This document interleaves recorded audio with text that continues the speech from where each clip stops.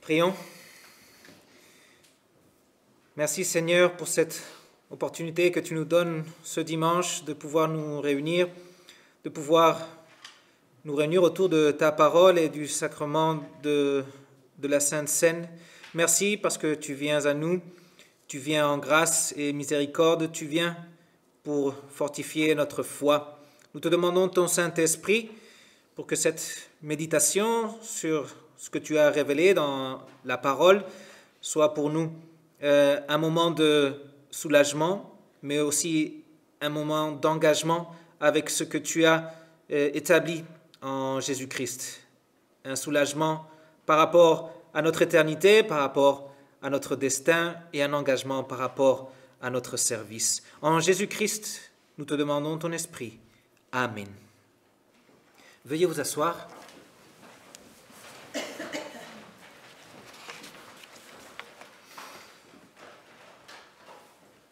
Les 4 pécheurs de profession qui ont été appelés par Jésus au bord de la mer de Galilée étaient Pierre, Simon-Pierre, André, Jean et Jacques.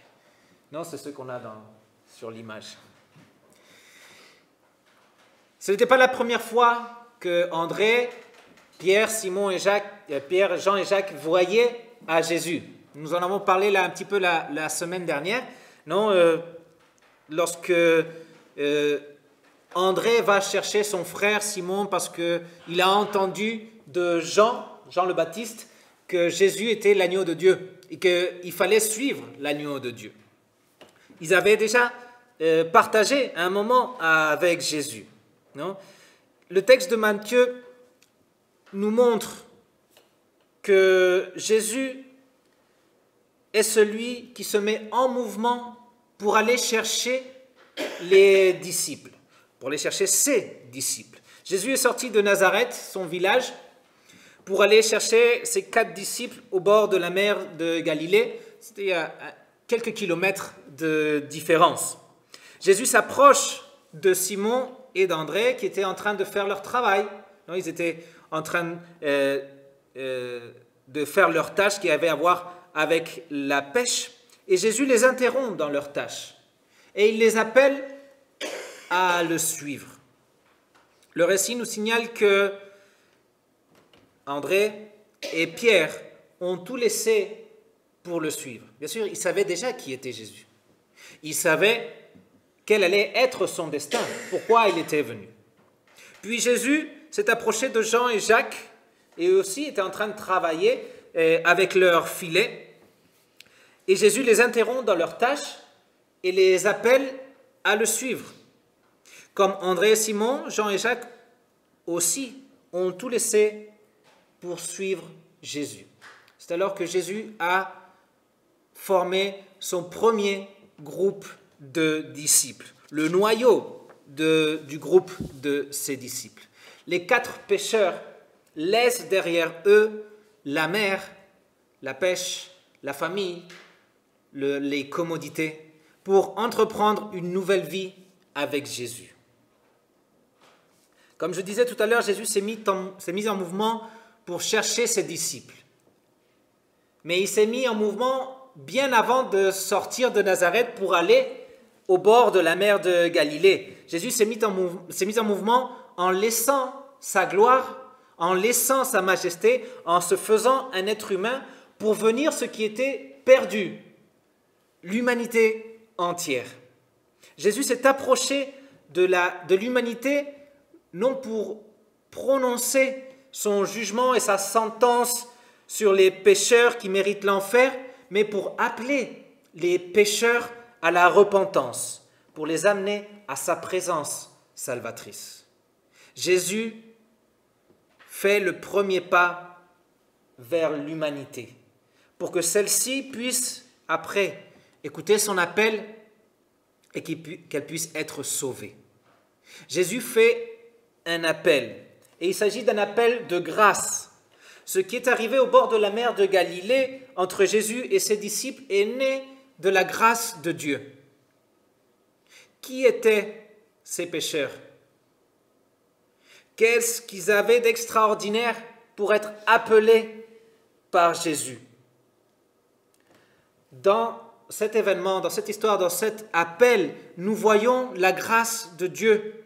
Dieu n'a pas appelé le meilleur de l'humanité, mais il a plutôt appelé ce qui est moyen, ce qui est ordinaire. Les apôtres étaient des gens ordinaires, ils avaient une vie ordinaire et ils étaient intéressés par les choses de Dieu. Ils avaient suivi Jean le Baptiste en écoutant ce qu'il disait, mais ils étaient des simples pécheurs avec un métier simple. Et Jésus s'est quand même approché d'eux. Il ne les a pas jugés, il ne les a pas condamnés, il les a aimés et il les a appelés. Les 4 disciples appelés par Jésus ont tout laissé pour le suivre. Leur métier, leur famille, leur commodité, comme je vous disais tout à l'heure, non, parce qu'un disciple de Jésus qui a reçu l'appel de vivre avec son Sauveur, qui a été pardonné de tous ses péchés, qui possède une nouvelle vie, celui qui est renouvelé par le Saint-Esprit, est un disciple de Jésus et il sait qu'il est privilégié en ayant une relation personnelle avec son Maître. Un disciple s'engage pour servir avec fidélité. Et tout cela implique de changer l'ordre de priorité dans la vie et peut-être d'enlever certaines choses qui nous gênent. Les disciples ont laissé sur la plage toutes ces choses pour suivre Jésus. Aujourd'hui, Jésus vient à nous pour nous appeler à nous aussi. Comme les 4 disciples, nous savons qui est Jésus. Le Dieu vivant, celui qui s'est fait homme pour restaurer la communion avec Dieu, avec le Créateur, celui qui est venu pour rétablir la paix avec Dieu, celui qui est venu pour établir une nouvelle alliance de pardon et vie éternelle. Qu'est-ce qui pourrait s'interposer entre Jésus et nous? Qu'est-ce qui pourrait s'interposer entre son appel et notre réponse? Et c'est bien sûr le péché. C'est toujours le péché qui s'interpose entre l'appel de Dieu et nous. Le péché est toujours là et il fait partie de nous. La nature humaine est pécheresse. Il peut y avoir aussi beaucoup d'autres choses qui s'interposent entre Jésus et nous. Par le péché, il y a un mur qui nous sépare, les êtres humains, de Dieu. Et c'est un mur que nous, les êtres humains, on fortifie, on continue de construire et qui nous sépare de plus en plus de notre Dieu. On construit ce mur quand on veut cacher nos péchés. Au lieu de les admettre et de les confesser, on fait comme s'ils n'auraient pas eu lieu, comme si ce n'était pas grave. On construit ce mur de séparation quand on minimise la valeur de l'œuvre du Christ, quand on pense qu'il ne fallait pas faire autant, que ce n'était pas si grave que ça, nos péchés et nos offenses. On construit un mur, ce mur de séparation, quand on donne priorité à nos désirs par-dessus la relation intime avec le Christ, quand on priorise ce qui est de ce monde par-dessus les dons éternels que Jésus-Christ nous obtient. Un mur que l'on construit quand on fait des choix tout en sachant qu'ils vont contre la parole de Dieu. Vous voyez bien qu'il y a un mur qui nous sépare de Dieu à cause de nos péchés. Et nous, les pécheurs, nous nous dédions constamment à renforcer ce mur, à le faire plus épais, à le faire plus haut, à le faire plus grand. Jésus s'est mis en mouvement pour nous sauver. Jésus s'est mis en mouvement pour détruire ce mur de séparation. Et il ne l'a pas détruit en restant de l'autre côté, du côté de la gloire. Il ne l'a pas détruit en étant du côté de la sainteté et de la justice. Parce que s'il décide de détruire ce mur du côté de la sainteté et de la justice, quand il détruit ce mur, il détruit aussi toute l'humanité qui est derrière, toute l'humanité qui est en péché.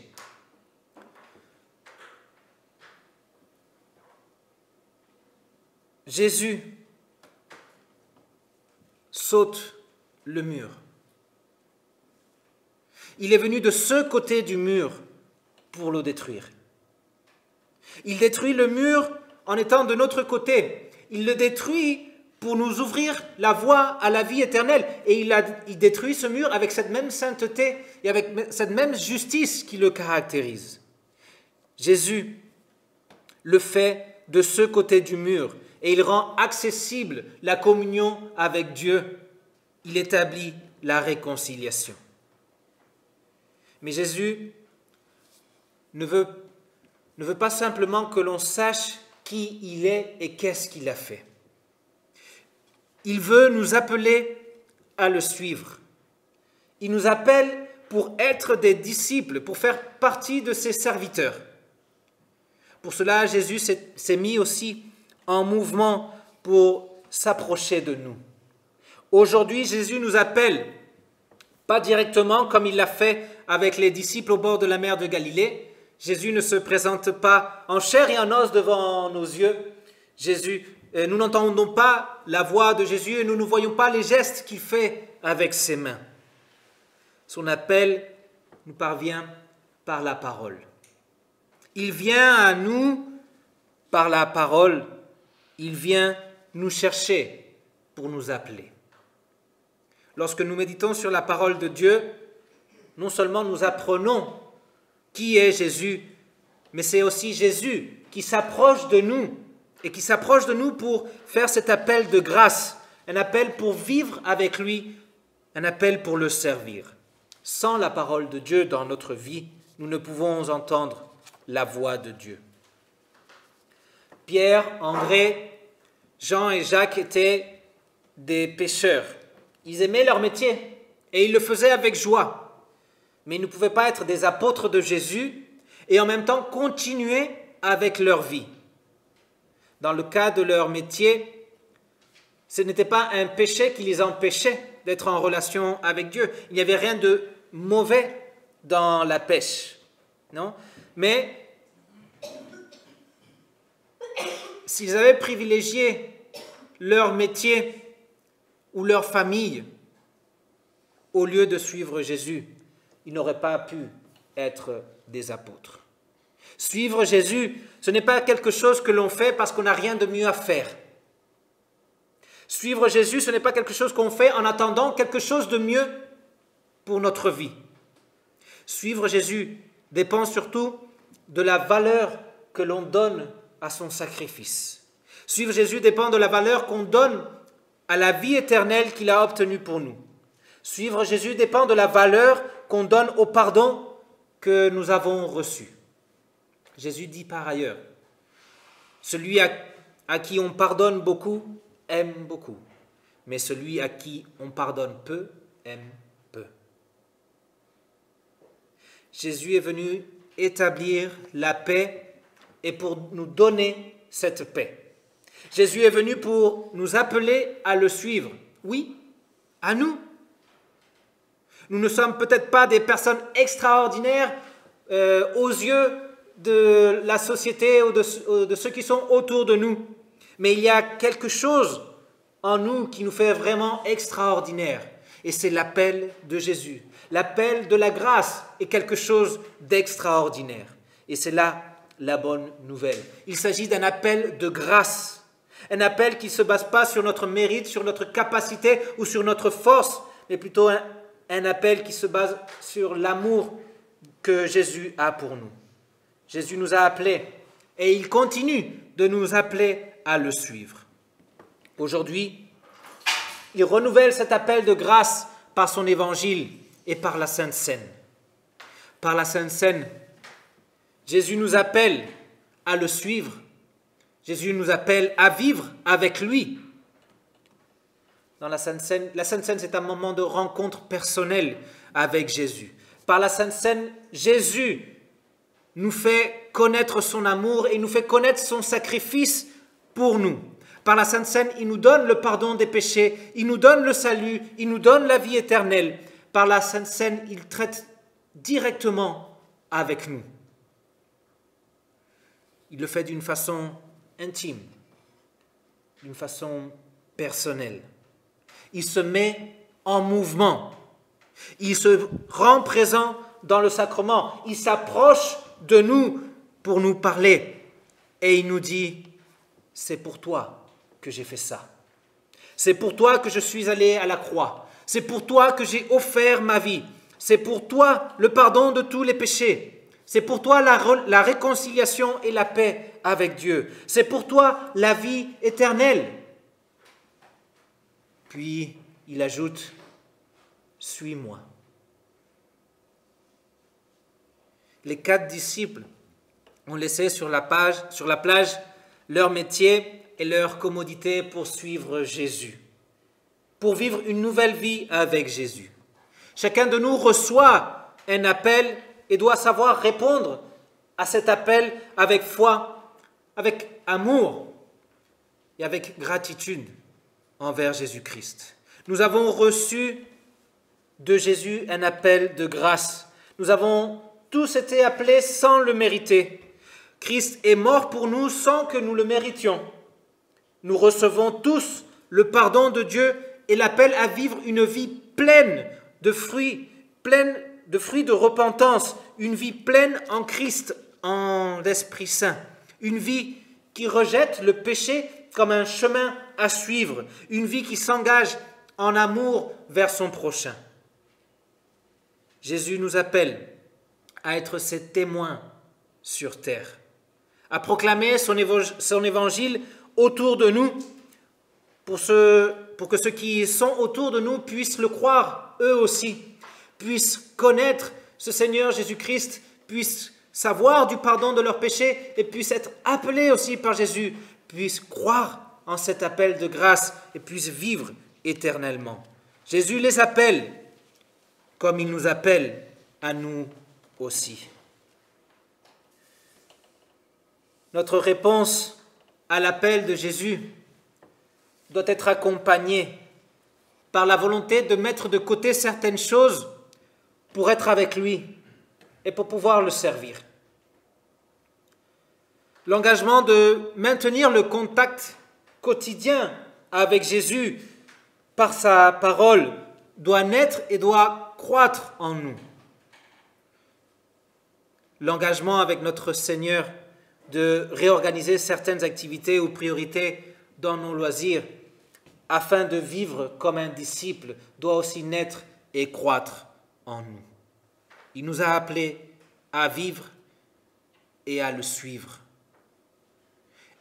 Chacun de nous a plusieurs choses à laisser sur la plage pour suivre Jésus.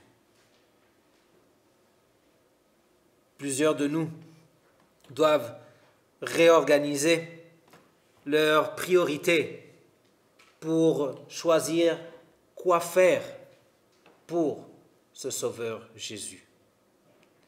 Qu'est-ce que tu peux laisser sur la plage pour suivre Jésus? Qu'est-ce que tu peux faire comme disciple pour suivre Jésus? Réfléchissons-y. Puis avec foi et avec engagement envers celui qui nous aime et qui s'est offert pour nous, nous répondrons et nous vivrons cet appel de grâce en le suivant toujours. Que la paix de Dieu, qui surpasse toute intelligence, garde vos cœurs et vos pensées en Jésus-Christ, celui qui s'est mis en mouvement, celui qui est venu de notre côté pour rétablir la communion avec Dieu, celui qui nous appelle pour que vous puissiez répondre à son appel, le suivre et recevoir la vie éternelle. Amen.